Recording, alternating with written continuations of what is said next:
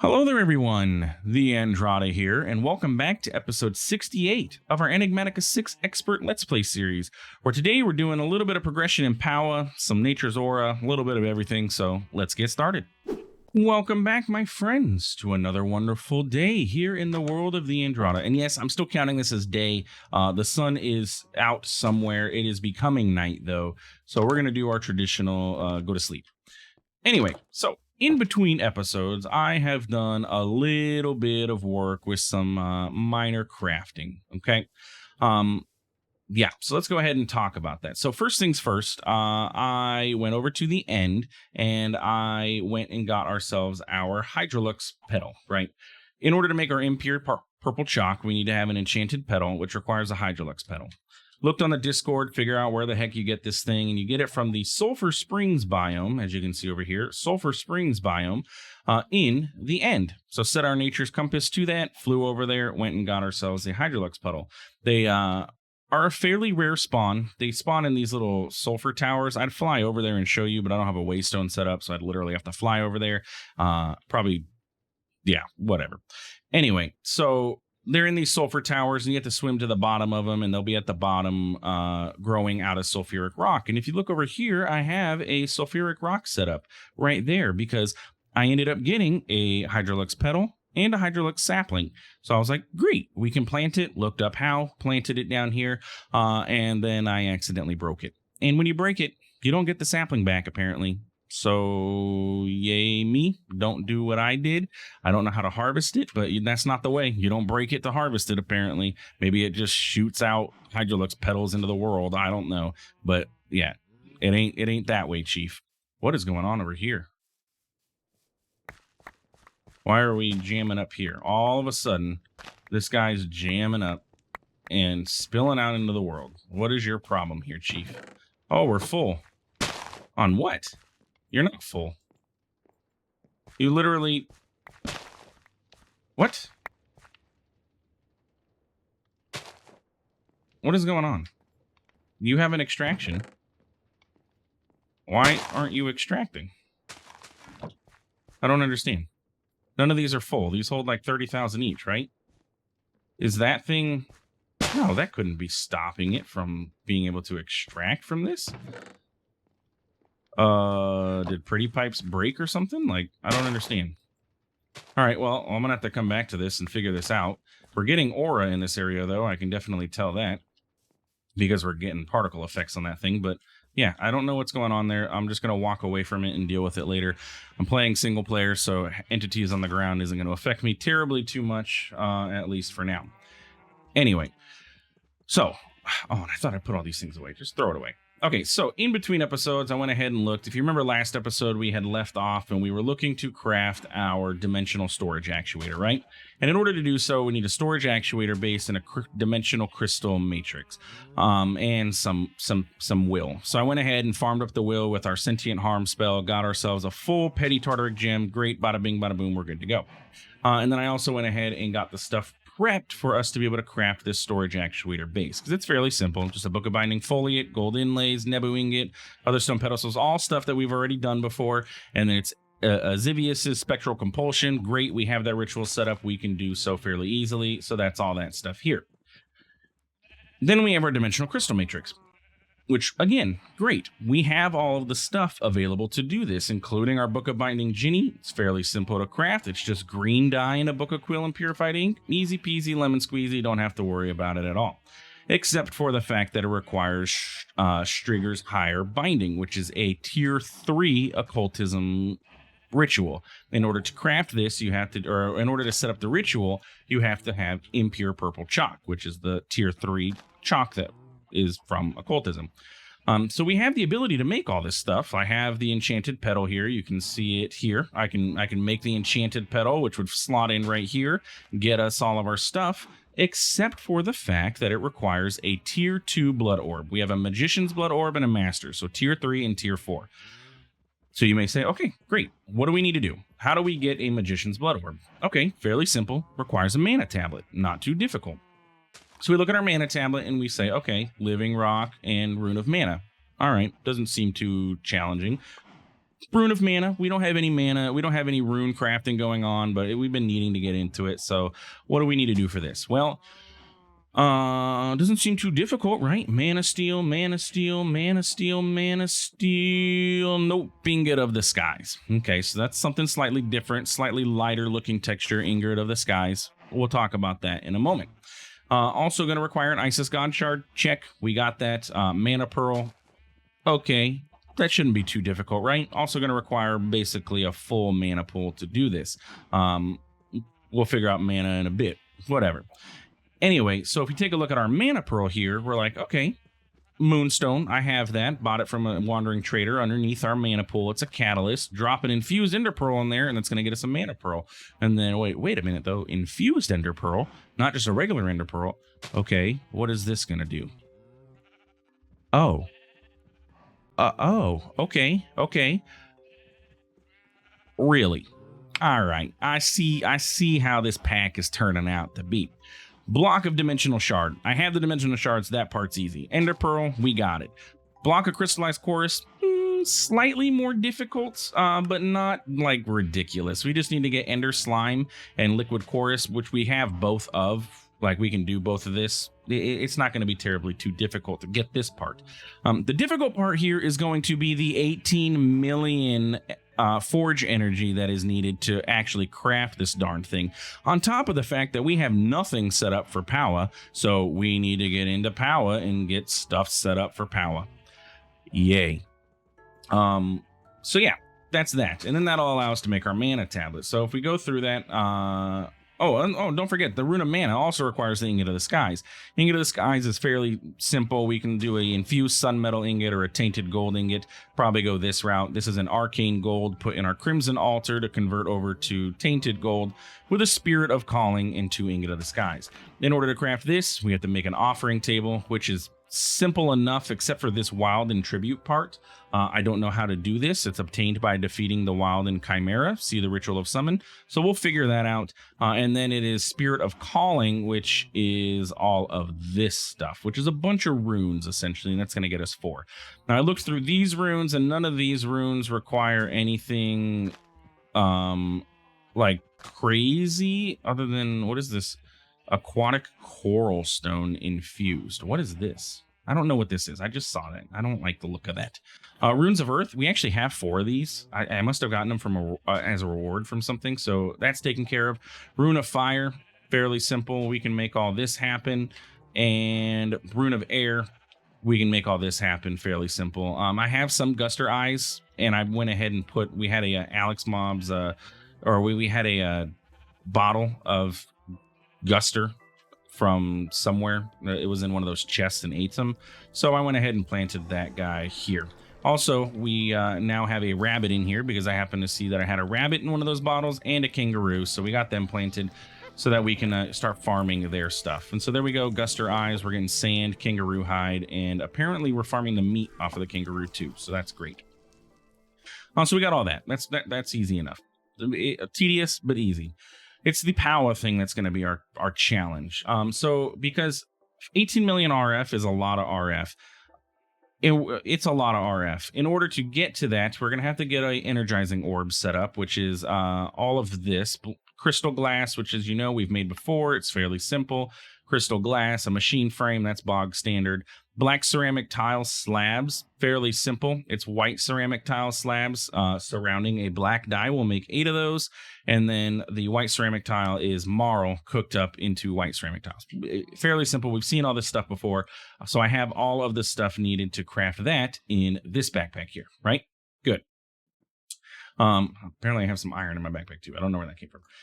So that's that. We can go ahead and craft this thing. And then in order to do our energizing, we're going to need energizing rods. I went ahead and made 2 of these.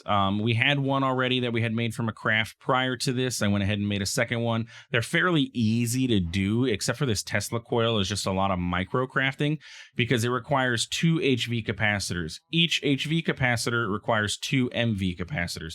Each MV capacitor requires 2 LV capacitors. And each LV capacitor requires this. So it's a lot of, like I said, micro crafting, but we got it. I made another one. We're good to go here. And so, with that being said, we need to get this set up. However, our power situation is not the greatest at the moment. We really don't have like the best power to be able to support all of this. So, my idea here is that I want to go ahead and get solar panels set up. Um, However, in order to get solar panels set up, we have to get photoelectric panes, which we have, right? Wrong backpack. Photoelectric panes, fairly simple. It's just crystal glass, which is that crystal glass that we already had, just, standard pane recipe. Dielectric paste and silicon, which is cooked nether quartz. Easy part for there. Basic capacitors we have, don't have to worry about that. And that's where our iron's for. And then our iron or copper here. The issue comes from these dielectric casings. In order to make dielectric casings, we need some more black ceramic tiles, fairly simple, and then we need these dielectric rods. And this is where it becomes a little bit more of a pain, because in order to get this, we need energized steel. So we can't jump straight to these solar panels. I'm going to have to use the energized steel. We're going to have to make some energized steel, and I'm going to have to use that to craft the dielectric rods so that I can then get the solar panels to kickstart our better crafting with Powah. And then that's basically where we're at. So yeah, let's go ahead and get started. So the first thing I want to do is go ahead and get this set up so we can get into Powah. Because like I said, we just got a lot of things that we need to take care of. So I'm going to be doing a lot more of this in between episode crafting process because, well, doing all of this crafting on camera of stuff that you guys have already seen is no bueno. So I need, actually, you don't go there, you go here. Oh, and I'm actually gonna have to rearrange this, aren't I? Why you gotta do this to me? Do I? Can I put these here? Yeah, I can do that. Okay. Bam, bam, bam, bam, bam, bam, bam. Craft. And give me that. Okay, so we got an energizing orb. Fantastic. We're going to need to take this home because our power is over here and get this going. And actually, here's the thing. I forgot that I did this. In between episodes, I also went ahead and made all the stuff that we're going to need to get entangled blocks. It was fairly easy to do. Entangled blocks, this is the recipe for it. The hardest part is probably the Master Corporeal Spark, but that just requires a God Shard. And as you know, we have quite a few. The only thing new is red string, and red string is just literally a block of redstone, string, and ectoplasm. So we have that. I crafted up, 2 sets so we can make 2 entangled blocks. Oh, and the red string container is literally living rock with a chest and red string. So we can make 2 entangled blocks, and then we can talk about that because I want to make these for power purposes. I don't have wireless power available to me, but I do have entangled blocks. And with entangled blocks, what I can do is bind our energy cell, and then I can put that anywhere in the world, the bound entangled block, and access the power from that. So it's kind of sort of like a wireless power, though in a slightly different way, but it works well enough, or it should work well enough for the most part that we'll be able to do this, because I'm gonna need to set this up top here with our solar panels all pointing into this. Otherwise, I'm gonna have to hook the solar panels up and then hook cables running all the way down into our base, and I'm not about that life. So I like this idea where we can set up these entangled blocks, and they're not expensive at all. The only other caveat with these is it requires an entangled binder, which is a fairly cheap recipe. It just requires a wand of the forest and living wood twigs, which is just living wood. Bam. And again, we have all this stuff. Warped sprouts would probably be the only complicated thing that you have to make inside of your petal apothecary. I happen to have some, but the recipe is cheap. So yes, we have an entangled block so we can do our entangled binding stuff. So there's our energizing orb. So now we need to go down into our basement here and get it set up, basically. Do we want to do this in our basement? Maybe we can. We don't have a massive setup here. We could do it like, honestly, we could do it right here if I really wanted to, or off of this wall with some, because I have energy coming here, right? Yeah, we can do it here. Let's do it here. Okay. So what I need to do is go ahead and get these things out, but I don't want to do it yet because they're going to fill up from my battery in my inventory. Really? That's where you decided to place that?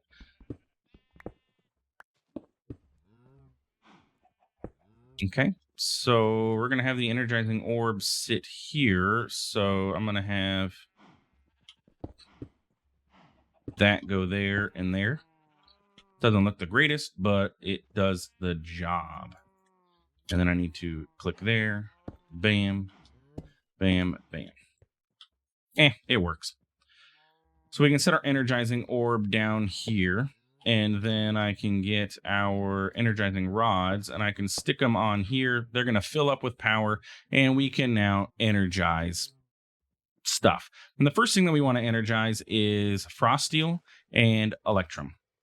By combining these two, we will make energized steel. That's the recipe. Frost steel is easy. We have a bee that makes this, so I just went ahead and did the bee thing, got its combs processed, crushed the ore, got ourselves frost steel ingots. Nothing too complicated going on there. Now, I'm looking at this energizing orb, and I think I need to move it because I don't want to manually do this. The problem with the energizing orb is that it will accept multiple inputs inside of it. However, it won't craft. So if I were to put, I could put this in there and 4, but it's not going to craft them. It expects to have one inventory or one item in there at a time. So we need to get this set up so that we can do so. And the easiest way to do that is probably going to be, I was thinking pretty pipes with a stack limiter, but I'm not sure if that's going to be a viable or the most viable solution right off. Yeah, I'm gonna have to think about this. I'm just gonna craft a few manually, and then we'll come back and figure out how to automate the energizing orb. I did it in Enigmatica 6, the original, so I'll have to go and see how I did it there. I think I did use pretty pipes for it too. I just think we're gonna need a comparator and a switch.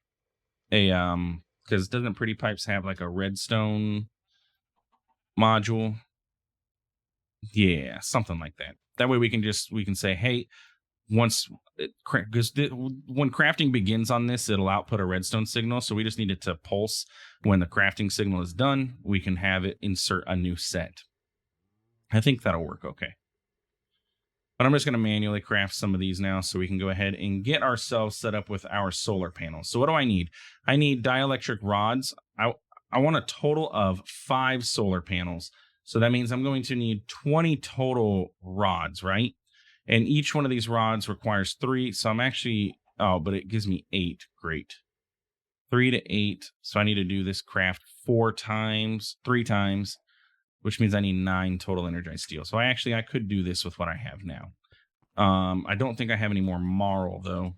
I have a little bit left over.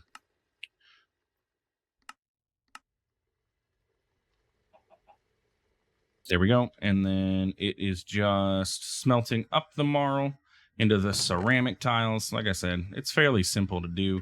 Just tedious crafts. Okay.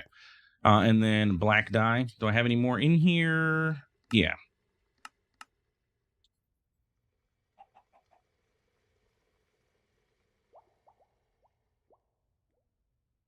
And let's just do like 32 of them.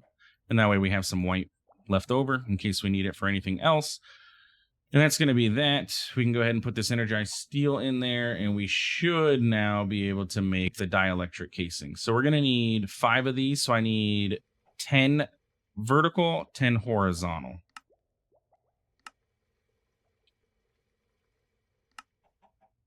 So this is going to make 16, and I can convert them over to the other type. So it's not too big of a deal. So I made these horizontals, but I can convert 2 of them or 10 of them over to the I made verticals. I can convert over to horizontal is what I'm trying to say. So with that, we should be able to make 5 of these now. And it said 5 sets of ingredients, so that is perfect. And I can put those in there. I can go ahead and take out this stuff, and we will now be able to get solar panels set up, which is really going to ramp up our power abilities, which is going to be great. 5 of those. And each one of these will generate 880 RF per tick. So it already is going to immediately blow away our power that we already have going down there. So let's go ahead and teleport up here and then just fall off because it's probably the easiest way for me to get to the roof, and go ahead and set this up. So we need to go ahead and get our universal cables set up, and we just need 5 of them. So we're going to do 1, 2, 3, 4, 5, something like that. I don't like that these are slabs, so this is going to all be floating, but it is what it is. Okay. So then we can go ahead and get our solar panels placed. And remember, solar panels only work during the daytime, so you're going to have to make sure that, when the sky's awake, you're awake. But other than that, you're good to go. And then we need to go ahead and get our entangled block bound. So if we put this like here, it should be good to go. And I got to remember, yeah, no block selected. Okay, so I got to do it this way. So I go from the block to the entangled block. So I'm going to pop down here. And facing is going to be important. So I need to make sure that I do this properly. But if we do this, I should be able to pop up here, fall off the roof again, and then bind this. And so it is now bound to this block. And the question is going to be, is it accepting the energy from this? I guess if I turn all... Oh, I like that wireframe. When I look at this entangled block, it shows you where the block that it's bound to is. I guess I could turn all sides except for the input on this. Oh, that was the wrong way. So I just need this right side to be an output. Everything else can be an input. Actually, you know what? Everything's set to receive and extract, so it should be okay. I could turn this off. And if this doesn't drain, then we're okay. Yeah, if that stays full, that means that we have this set up properly. And we can test it by making some more energized steel, because that's going to use... Oops, wrong way. That'll use power. Yeah, look, the pipes are staying full, which is good. That means it's working. It is working.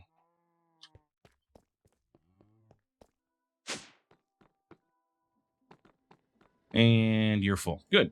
So that means it's working. We can go ahead and let this still run, though. It doesn't really hurt to have the extra juice coming from this, which is only 240 RF. So one of those solar panels is almost literally 4 times better. The caveat being it only works during the daytime, so you got to make sure that it's at you're sleeping. So like if you're doing Ars Nouveau, you're not going to have any power. But doing that now allows us, with our energized steel, once we craft up a little bit more of that, we can go ahead and get upgraded to the hardened version of our energized rods, which shouldn't be too terribly difficult. We need these hardened capacitors, which is this recipe here. And then that will allow us to get, some upgrades going with Powah. Mainly, we can get an energy cell of the hardened tier, which will store, instead of storing 1 million, this will store 4 million. And the important part is it has an 8,000 RF per tick input and output rate, because we have 5 of those set up at 8,000. So that's already a 3,000 RF input, more than 3,000 because it's almost 900 per up there. And so we're capping out on our input basically. So yeah. So we need to get more energized steel going. That way I can make these energized rods, and then we can start working on getting all the rest of this stuff done. Mainly, I need to get this thing cooking up. The mana pearl is my big thing that I need to get going. So I have all of the ingredients to make a lot of this stuff. I went ahead and made 3 mana pools, super simple, warding stone with living rock, and then I have blacker lotus we can throw in there to get us some mana. Hopefully maybe this is enough. I know this stuff gives a lot of mana, so we'll see where we end up. I have the blank runes to get us up to tier 3. I have all of this stuff to do the crafting recipes for all this. Now this is for, I don't even remember, what the heck is this for? Oh, this is for our runic altar. In order to do this recipe, though, we can go ahead and get this set up before we end the episode. And we need to sleep. So, if we look at this recipe for our runic altar, it is living rock, conduit, infused sunmetal, and an aura cache. And note that the aura cache is full here. So I did go ahead and make another aura cache because we have one in our inventory that we found while we were out exploring. Can I open up the right bag, please? Jeez. So we have this one that's full, so we can use this one to do our craft. In order to fill this, though, we need to go ahead and put it on our natural altar, and it will fill up with aura. It's going to take the aura from the altar, and it's going to put it into the aura cache. And then that way, you can have an extra storage of aura. I don't need this right now, so I'm not going to let it fill up all the way because, as you know, we are aura struggling over here. Our ancient sapling did its thing. All of the leaves went, and we really have not gained, like, terribly too much extra aura in this area. I don't like that it replaced the dirt. I don't like when blocks replace blocks. Like, just don't do that, please. Where is my dank? Because it makes me have to clean up after it, and I don't like that. But like, if we take a look at our environmental eye, look like our aura. I guess it did go up a little bit. We were like, down to here-ish. So it did give us quite a bit, but not like enough for me to say, yeah, look, it was amazing. Because it really wasn't. So yeah, anyway, in between episodes here, I'm going to go ahead and get our Energized Steel going. I'm going to figure out what I did to automate it. I'll probably do it in between episodes, and then I'll come back and show you guys. If you want a really deep tutorial on it, in my Enigmatica 6 series, I automated this. In my FTB Ocean Block series, I believe I automated this. In my All the Mods 6 to the Sky series, I automated this. So I'm going to dive back into one of those, figure out what the heck I did, because I don't remember. My brain's a little frazzled today, and we'll come back and, do the thing. So anyway, if you enjoyed today's episode, please feel free to like, comment, subscribe. I do appreciate it, and it really does help out the channel. Thanks for stopping by. Thanks for watching. We'll see you in the next one. Have a good one.